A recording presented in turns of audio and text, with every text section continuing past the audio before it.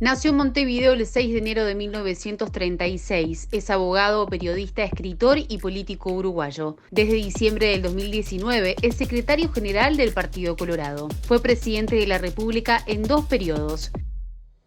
La primera era hacer la transición en paz, salir de la dictadura con toda la carga de pasiones que dejaba, con todas las heridas que dejaba abiertas, y salir en paz como salimos. El segundo fue un gobierno de reformas. Hicimos la reforma de la seguridad social, la reforma de la educación, la derrota de la inflación. También se desempeñó como ministro en 2 ocasiones, de Educación y Cultura y de Industria y Comercio. Ocupó 3 veces un escaño como diputado y 2 veces el escaño de senador, la última vez en el año 2020.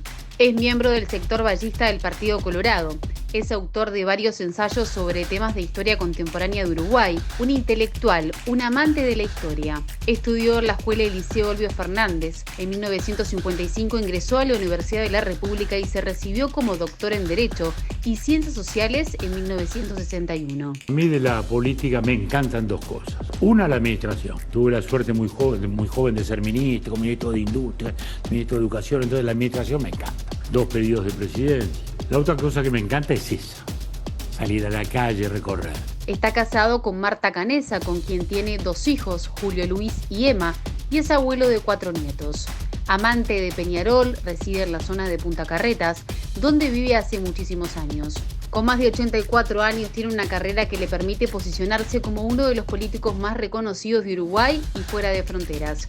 Un líder nato dentro de su partido y en la política uruguaya.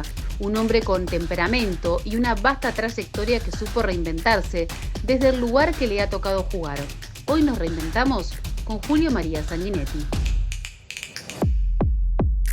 Le agradezco mucho, Julio María, este espacio. La verdad que es un orgullo y un placer hablar con alguien como usted, con todo lo que significa. Y a mí me gusta arrancar siempre este espacio con una pregunta que es como muy al hueso, que es, ¿qué significa para usted reinventarse? A los 85 años, cumpliendo ya 86, se imagina que he vivido varias vidas. He tenido varias reencarnaciones. Yo diría que hoy estoy en la quinta reencarnación, algo así. Lo único que ha sido constante en mi vida ha sido el periodismo como actividad profesional. Yo soy periodista. Cada vez que me ponen un formulario adelante, yo pongo periodista. Y cuando era presidente ponía otra cosa, porque es lo que soy. Escribo de política, escribo de arte, escribo de historia, pero siempre desde un ángulo periodístico. He hecho política, sí, por cierto, sí, paralelamente he hecho política. Con una pasión y una vocación de compromiso indudable. Ahora, tanta afición por la política tengo como la tengo por el arte, como la tengo por el periodismo propiamente dicho como profesión. De modo que eso hace que la vida de uno haya ido transcurriendo en muchos ámbitos. Y yo me he tenido que reinventar varias veces. Fíjese, por ejemplo, nada más ni nada menos. En 1973 vino un golpe de Estado, yo era diputado. Ya había sido ministro, eso sí, porque me había tocado ser muy joven ministro, ¿no? Yo fui ministro en el año 69, 70, 71, fui ministro de Industria, tenía 33 años entonces. Sí, 33, porque soy del 36. Y bueno, pumba, un día se cerró todo. Había que reinventarse. Ahí me reinventé como abogado, que no lo era, de hecho, que no lo era, porque, bueno, porque si bien me había recibido abogado, nunca había trabajado de abogado, salvo un corto lapso como procurador. Pero después ya entré a la Cámara de Diputados, la política es muy absorbente y me sacó del trillo. Entonces ahí recuerdo que le digo a Marta, che, ¿dónde está el título? Digo, pues hay que ponerlo, por lo menos colgarlo. Bueno, pues al final lo encontramos en una biblioteca todo arrugado, hubo que plancharlo. Y ahí me reinventé de abogado, digamos, ¿no? Y lentamente, al principio era muy difícil, porque en aquella época un político proscrito era un quemo, entonces no era una buena credencial como abogado ante la administración y aún ante la justicia. De modo que, pero bueno, gente buena me dio trabajo, me dio oportunidades, y salimos a flote con hijos adolescentes entonces. Y bueno, esa fue mi etapa de abogado, ¿no? Esa etapa de abogado se clausuró después, cuando empezó digamos, la restauración institucional. Entonces ahí entre el 80 y el 90 me metí de lleno en ese lío, ¿no? Que fue del 80 al 85 la negociación para salir, y del 85 al 90 el primer gobierno, que fue la transición propiamente dicha, ¿no? O sea que ese fue, esos 10 años, digamos así, son otra etapa en mi vida, que me sacó del abogado, y ahí volví a ser el político a tiempo completo, ¿no? O sea que fue una etapa muy comprometida, muy intensa, naturalmente muy profunda, porque ahí eran finales de Maracaná todos los días, ¿no? O algo así. O sea, en la vida política hay momentos de rutina, como puede ser que son episodios, uno va para un lado, va para el otro, no pasa nada, no se muere nadie. Pero entre el 80 y el 90 no. Primero porque eran las conversaciones con los militares para ver cómo salíamos, y ahí hubo de todo, ¿no? Que el plebiscito del 80, que la elección del 82, que la frustrada conversación en el Parque Hotel, el Club Naval, bueno, todos los versos. Y luego el gobierno, los 5 años del gobierno, con todas sus exigencias y desafíos. Y luego termino esa etapa y ahí empieza otra, muy interesante para mí, que fue la mejor etapa en mi vida económicamente, que fue la de charlatán internacional. Ser expresidente conferencista. Seguro. Ahí me transformé en conferencista. Por eso digo que fue una etapa muy grata, desde todo punto de vista intelectual y eso, porque digamos, uno ahonda en las aficiones sobre los temas sociales, económicos, culturales. Por mi propia vocación periodística, digamos, soy de amplio espectro, o sea que ando metido en muchos andariveles, ¿no? Bueno, ahora mismo, ¿no? Yo de acá de Uruguay salí 2 veces los últimos 2 años nada más. Ahora, fui al Malva hace un par de meses, que celebraba los 20 años del museo en Buenos Aires, a dar una conferencia sobre Barrada. Y después salí ahora a Santiago de Compostela, reunir al Círculo de Montevideo, con un grupo que tengo hace 25 años, para hablar de tema político. O sea que siempre ando en andariveles variados. Pero en esos años del interregno, digamos así, fueron años distintos. ¿Por qué? Primero porque yo cuando salí de la presidencia no estaba decidido, voy a volver. Lo dejé correr. Me metí en las conferencias, me metí en algo muy importante, que fue retomar un trabajo que había iniciado, que era una biografía de Pedro Figari, que yo había hecho todo el trabajo de investigación en el archivo de Figari, habían estudiado todas sus cartas, de todo, pero cuando me agarró la apertura, como decíamos en el 80 ahí, lo dejé. Y tenía un alto así de libretas, con apuntes de las cartas de Figari, con con el otro, con los penalistas italianos, con todo el mundo. Y entonces ahí me metí, hice el libro, que es un libro que quiero mucho, de modo que esos fueron 5 años de conferencista y escritor. O sea que ahí, y vuelvo a decir, fue lo mejor de mi vida económicamente. O sea que ahí me fue bárbaro. Ahí me fue bárbaro. Y bueno, después volví a la segunda presidencia. Que eso fue dándose, y al final me metí en la segunda presidencia. Y ahí son, yo diría, otros 10 años, más o menos, que son los 5, hasta el 2000, ¿no? Del 95 al 2000, y el 2000 al 2005 que me quedé en el Senado, mi partido había salido muy mal, y entonces me parecía que podía dar una mano de allí. Y ahí me volví a retirar, digamos, no de la política en cuanto a pensamiento, en cuanto a debate de ideas, en cuanto a debate histórico, en cuanto a escribir, sino de la política como fenómeno electoral, digamos, ¿no? Y ahí me fui de nuevo en ese aspecto. Seguí cerca, siempre trabajando.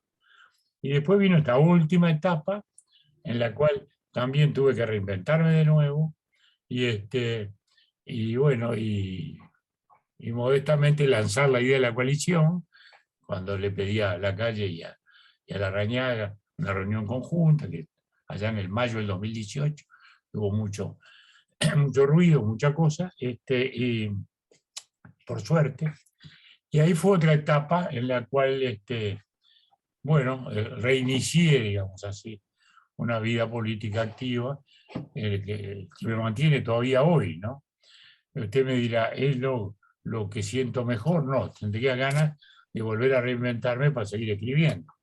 Igual, igual lo estoy haciendo de a ratos y como puedo, y pienso para marzo o abril presentar un libro doctrinario sobre ideas de la construcción del Estado uruguayo, que le llamamos Estado ballista, como se le dice. Y bueno, estos días también anda dando vuelta un libro de entrevista que me hizo Pablo Cohen. Así que bueno, como ve mi vida en torno al periodismo, a las conferencias, a la política, a los cargos públicos, a los no cargos públicos. Entonces uno ha estado en la presidencia o ha estado proscrito, no nos olvidemos de eso. Yo tuve también una larga etapa en la cual estaba proscrito, es decir, no podía actuar en política ni hablar de política. Eso fue también unos años muy particulares, que fue cuando me reinventé abogado, ¿no? En estos bloques de 10 años, que usted los marca como muy claros y se ven muy claros así a lo largo de la historia personal, la nombró varias veces a Marta, su esposa, digamos. ¿Qué rol ha tenido ella en su vida, como sostén, como apoyo, como interlocutora? ¿Cómo ha sido ese acompañamiento? Bueno, fundamental. Yo suelo decir que nosotros somos dinosaurios, una especie en extinción. Llevamos 62 años de casado, ¿no? Y más 6 de novio, pero novio de los de antes, ¿viste? No novio de los de ahora. Ahora dicen mi novio y viven en un apartamento. Novio es novio de aquellos tiempos. Fue fundamental, digamos, porque hicimos la vida juntos.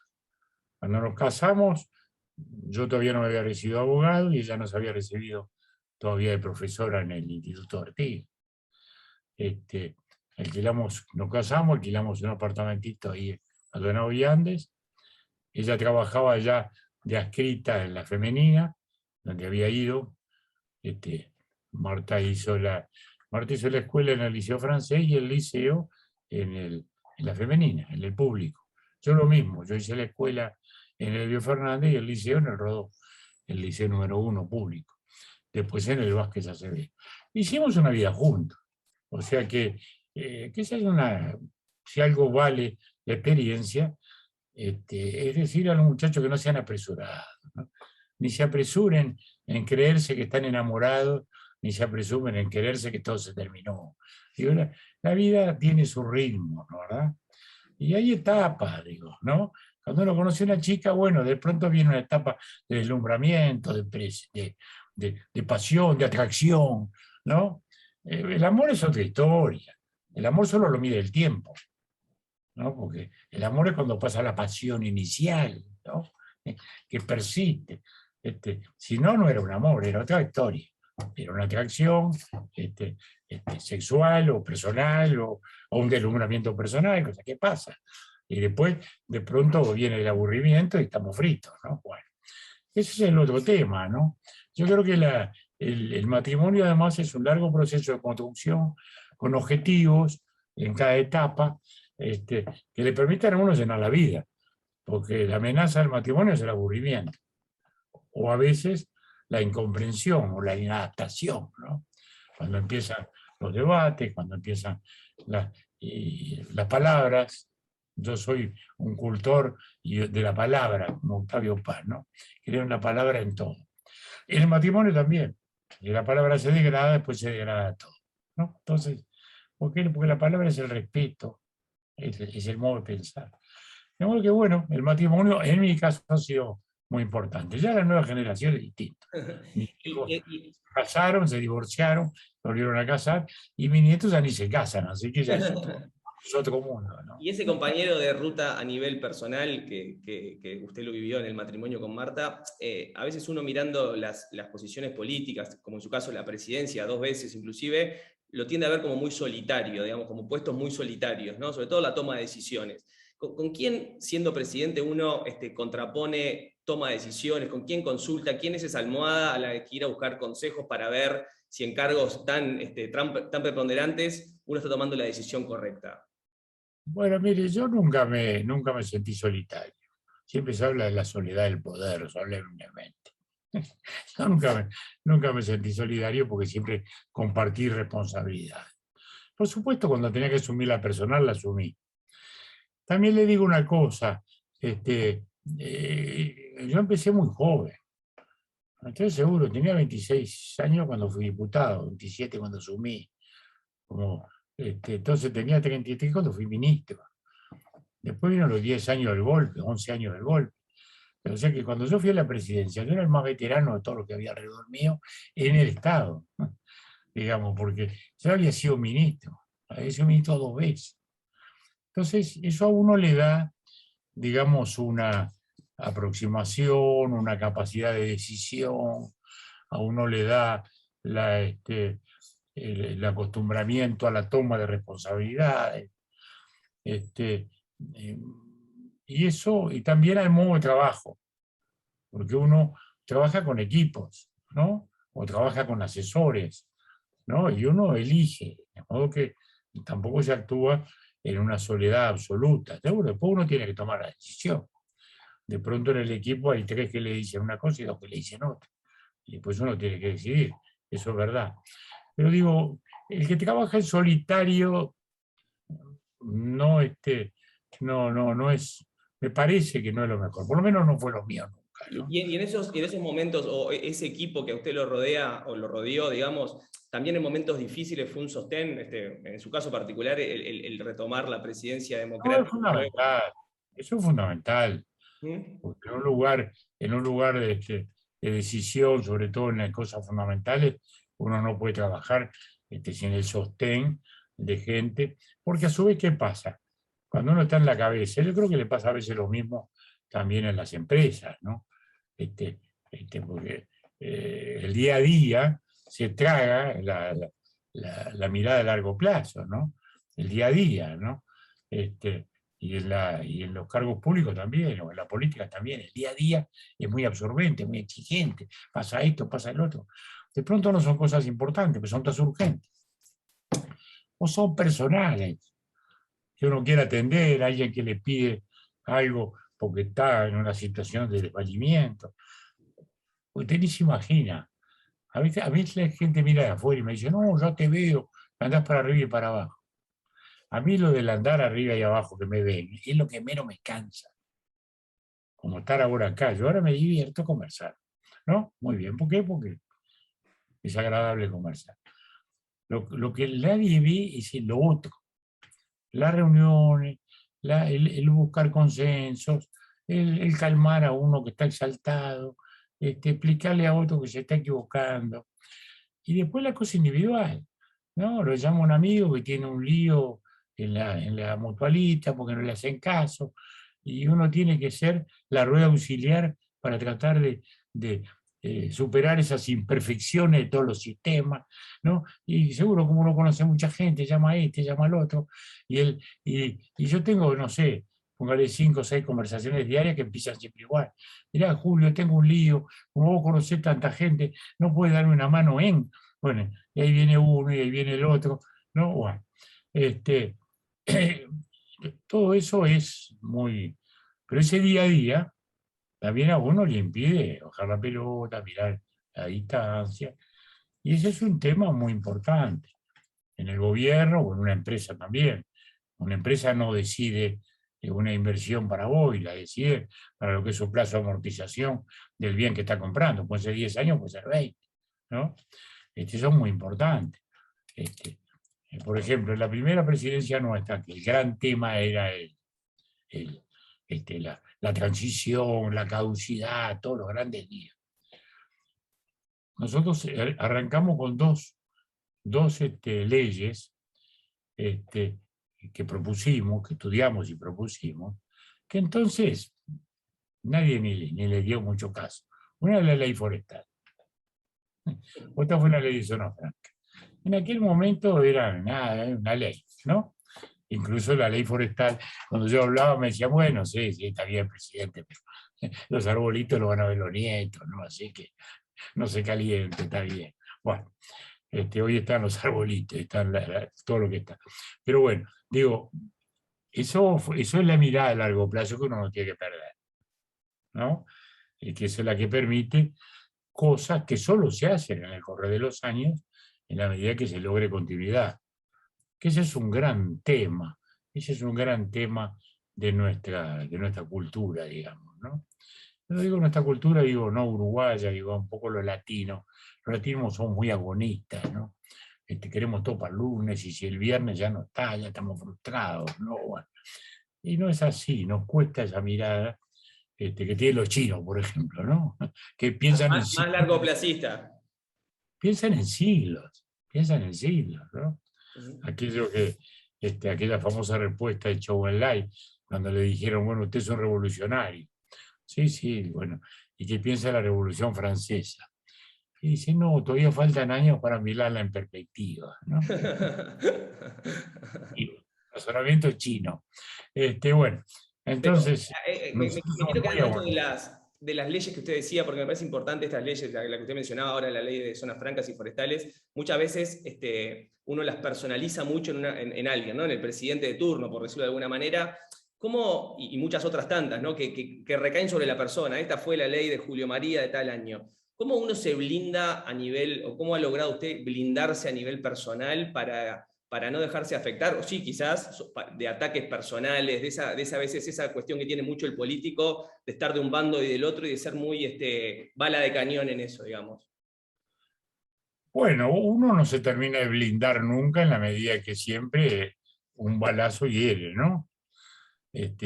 O deja un machucón, si la munición no es mortal. O sea, eso es así. Uno lo va arrastrando en la vida, lo paga la familia también, porque muchas veces las familias son rehenes. ¿Eh? El que lo quiere atacar a uno, como de pronto no lo puede atacar fácilmente, lo ataca a la familia. Digamos, para lo que son más de 60 años de vida política no me quejo. He tenido grandes incomprensiones, he sufrido muchos ataques, sí, los he sentido muy injustos, pero no sé, quizás uno tiene una cierta capacidad, yo no digo de olvido, no digo de olvido porque uno las cosas no las olvida, pero sí de algún modo, yo soy muy perdonador. A veces mis amigos del partido me dicen, pero vos perdonás a todo el mundo, no te cuenta que este se nos fue, que este fue un traidor y que ahora vuelve. Bueno, yo qué sé, muchachos, ya está. Yo siempre le digo, miren que todo prescribe, ¿no? Digo, prescribe cuentas, prescribe los derechos de propiedad, hasta los delitos, todo prescribe. También prescriben los odios, ¿no? Y mucho más los enojos. Los enojos son prescripciones cortas. Yo en política he tenido muchos enojos, pero odios, no sé. Y si alguno lo tuve, lo olvidé, pero digo... Y al revés esa capacidad de blindarse de adentro hacia afuera. Es decir, usted es una persona que tiene identificado por muchas pasiones, Peñarol, el Partido Colorado, usted también ha hablado de esto de la profesión periodística, o esa tendencia por el periodismo. ¿Cómo se hace para encargos de esa neutralidad o que exigen neutralidad, blindar esas pasiones que son más compartimentadas o de algunos hacia la afuera, digamos? Bueno, eso es lo que se logra con la formación y la madurez. Eso es lo que se llama sencillamente la madurez, ¿no? Eso que tanto discuten los psicólogos, ¿no? Cuando se pasa de la adolescencia a la madurez, bueno, en la vida personal, en la vida de los afectos. Y en la vida política es lo mismo, hay un momento en el cual, en la vida pública, se adquiere la madurez. ¿Y la madurez cuál es? Bueno, la que uno puede objetivar los fenómenos, resolverlos sin responder al griterío de un momento, porque esa es la primera cosa que uno tiene que abstraerse, es el griterío. Porque si usted respondiera a la tribuna, Eso que tantas veces se dice, no, pero hay que oír al pueblo. Está bien, al pueblo hay que escucharlo y después hay que tamizarlo al pueblo. Porque si usted oye al pueblo en la multitud de los reclamos, se va a encontrar con que son contradictorios, ¿no? Porque uno le pide más sueldo y el otro le pide que baje el impuesto, ¿no? Y si a uno le sube el sueldo y al mismo tiempo le baja el impuesto, lo que va a hacer es fundir, fundir al país, ¿no? Le pasa lo mismo a una empresa. Es decir, el tema es administrar todo ese criterio y transformarlo en decisiones coherentes, en decisiones responsables, en eso, ¿no? Usted ha hablado, Bueno, vamos, eso se lo da la experiencia, ¿no? como a los boleros, que con los años son más experientes. Es que no hay manuales, no hay manuales. El pobre arquero no sabe para qué lado le van a patear el penal. Ahora a veces hacen algoritmos, ¿no? Sí. Después que usan el algoritmo fracasan. Le pasó a, no me acuerdo a quién, jugador de Peñarol hace poco, que le habían estudiado al arquero rival y que el 82% se tiraba para un lado y Ese día fue el del 20. no para el otro. Le quería preguntar por esto hablamos afuera, antes de la nota, esto de que usted decía, bueno, ¿y esta nota para dónde va a salir? Porque antes eran 4 canales, ahora es un mundo de difusión.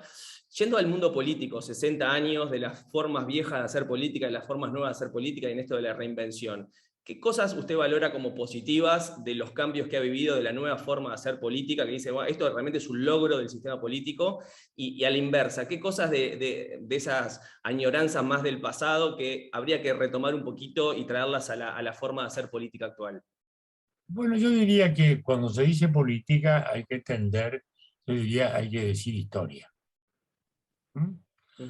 Ese es el tema, porque los momentos son los momentos históricos. Fíjese, en el año 59 hay la Revolución Cubana. La palabra revolución, para nuestra generación, era la palabra mágica, ¿no? Era la redención de los pueblos, aún para aquellos que vivíamos una democracia. Entonces, en aquellos años, el tema era la revolución versus la evolución. Entonces, la política empieza a ser muy confrontada y termina a ser en blanco y negro.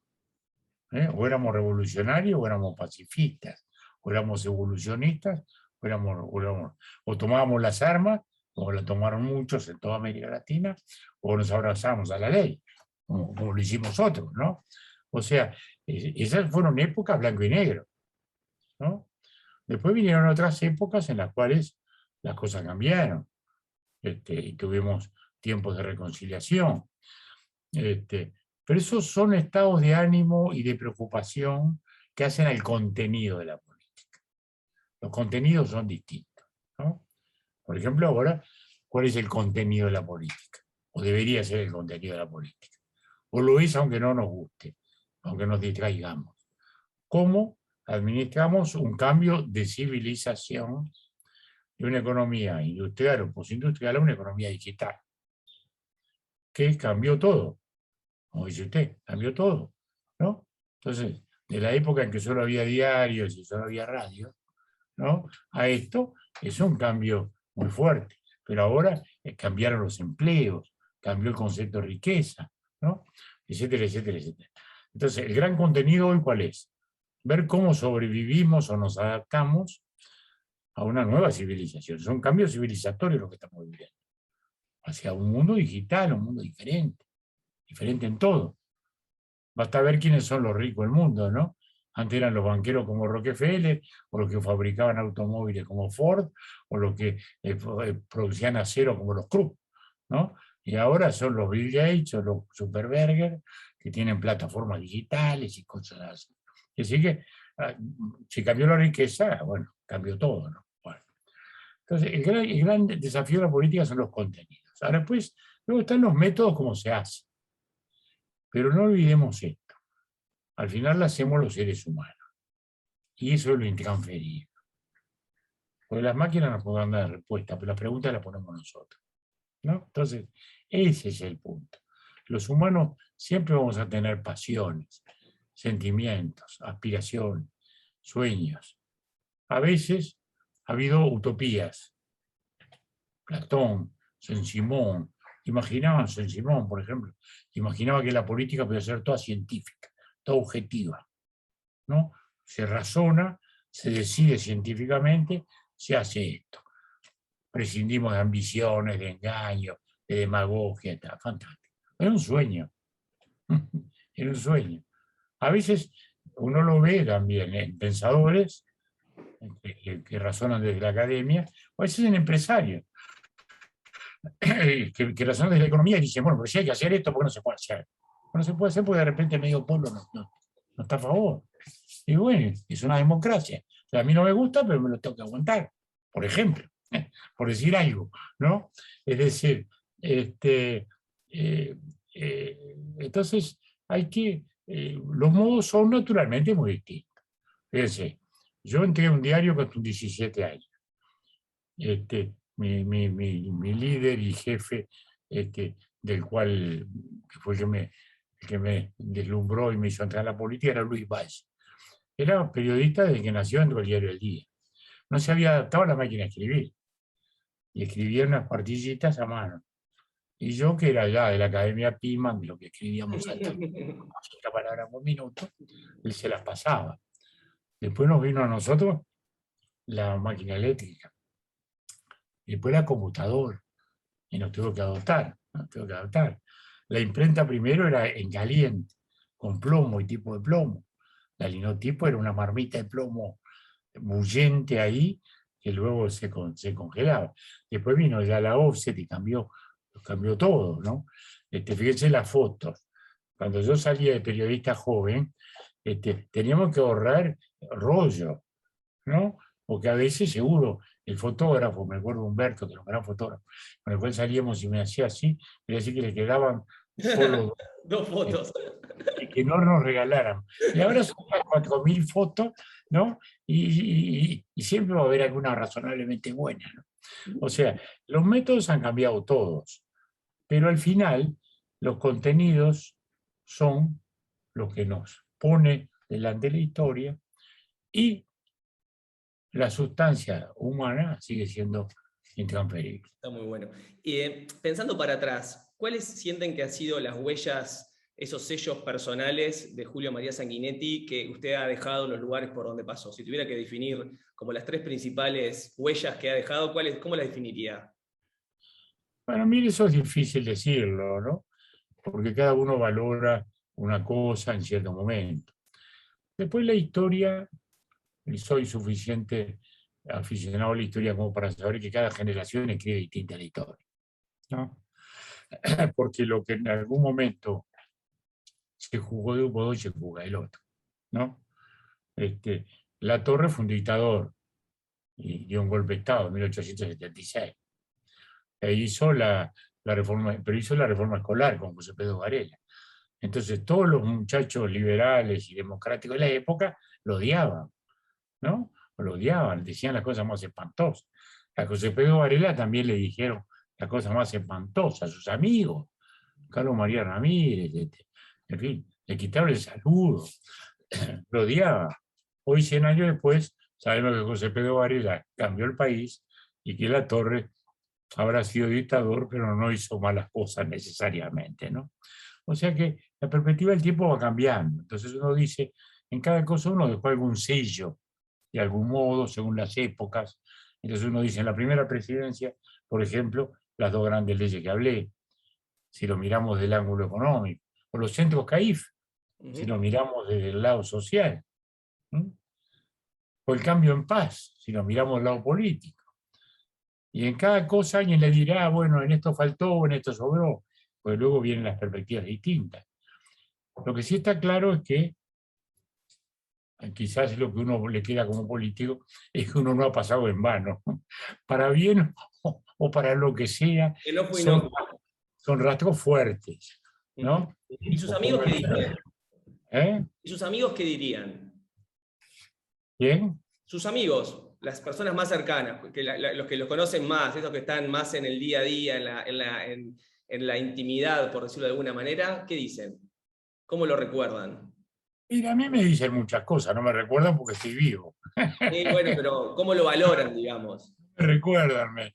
me hablan y me discuten y me dicen. Y yo diría que más que valorar a uno, lo que lo hacen es tratar de ayudar o de contribuir, ¿no? En este momento muchos me dicen, empezando por doña Marta, viejo, no te Ya rodilles, está. vas a explotar, ¿no? No, y yo les digo, cada uno vive las cosas como puede. Yo no sé vivir a medias, ¿no? Ujú. Entonces, cuando uno se vuelca, bueno, uno dice, bueno, pero le gustaría en este momento hacer otra cosa. Por supuesto, a mí me encantaría que en el Partido Colorado tuviéramos dos buenos candidatos y estuviera ya lanzado, y Sanguinetti estuviera escribiendo historia, ayudando al partido en la formación de jóvenes, ¿no? Contando experiencias, discutiendo ideas, ¿no? Sí, eso es lo que me gustaría, pero no es lo que me tocó. Ajá. Y Entonces, la última que le hago es el 6 de enero, cumple 84 años, ¿verdad? ¿Está bien? no, voy a cumplir 86. 86, perdón, 86 el 6 de enero, es verdad. Tengo Y 85. claro, del 36, es cierto, 86 años el 6 de enero. ¿Qué se imagina para adelante? Porque uno dice, hay Sanguinetti para rato. Entonces, ¿qué proyectos tiene hoy a los 86 años?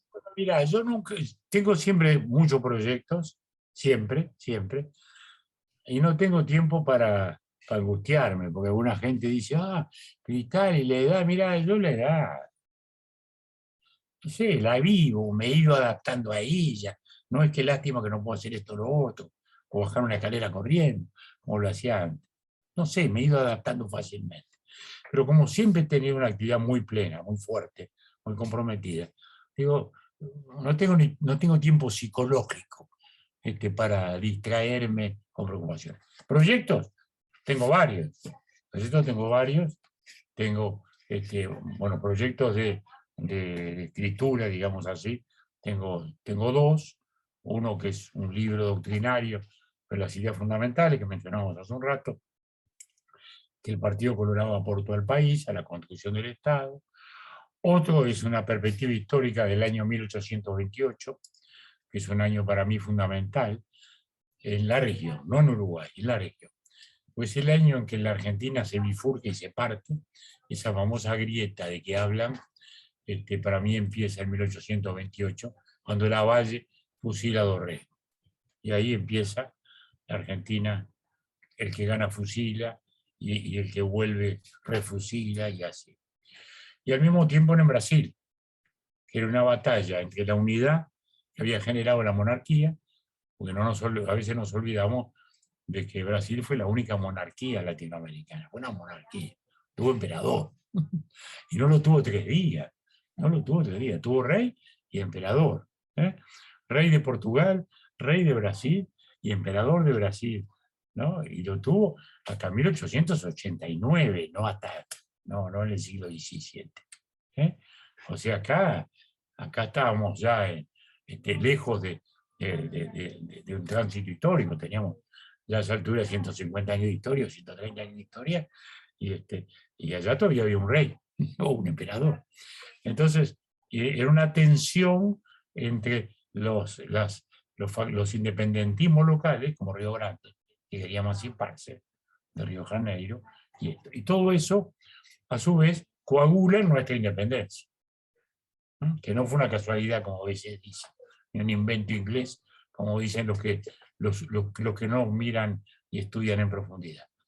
E ignoran que del 11 al 28 los orientales estuvimos peleando todos los días, ¿no?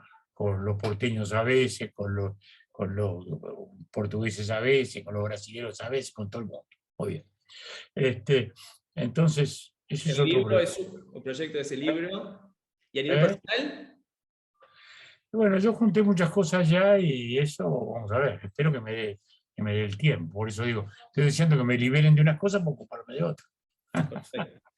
Julio Así María, que le agradezco. proyectos sobran, proyectos sobran. Le También agradezco quiero mucho. hacer, también tengo un proyecto que lo dejé hace muchos años ya, abandonado, que era un proyecto así de comunicación como esto. Era esto mismo que estoy escribiendo, hacerlo en televisión, ¿no? Vamos Que a a hacerlo, veces hago pequeños podcasts. vamos a hacerlo juntos, lo hacemos juntos. Bueno, hola, hola. Julio María, le agradezco mucho el rato, el espacio, la generosidad. Un orgullo y un placer haber entrevistado a un 2 veces presidente de la República, y enaltece este espacio, así que le agradezco un montón. Tomando un café. Le mando un abrazo grande, Luciano.